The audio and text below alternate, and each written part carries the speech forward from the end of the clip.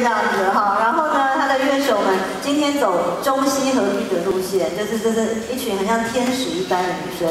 然后刚刚那个壮如山的男人们穿了是比较传统的服饰，然后中间一节我觉得应该他们有点冷啊，等一下问他们一下。那先稍微介绍一下史密舒米恩啊，他是来自台东都兰部落的阿美族歌手，而且他是那种很厉害的创作鬼才。我接下来会夸赞你一阵子哈，所以那个不要害羞。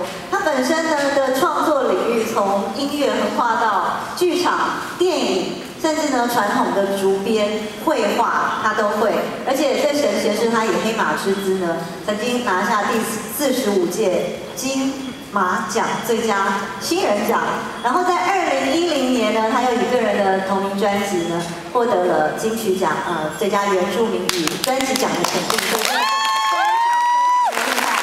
台下有很多你的那个粉丝就是了。好，等一下那个粉丝们要发挥很大很大的那个热度，好不好？尽情把你的掌声跟尖叫声都发扬出来。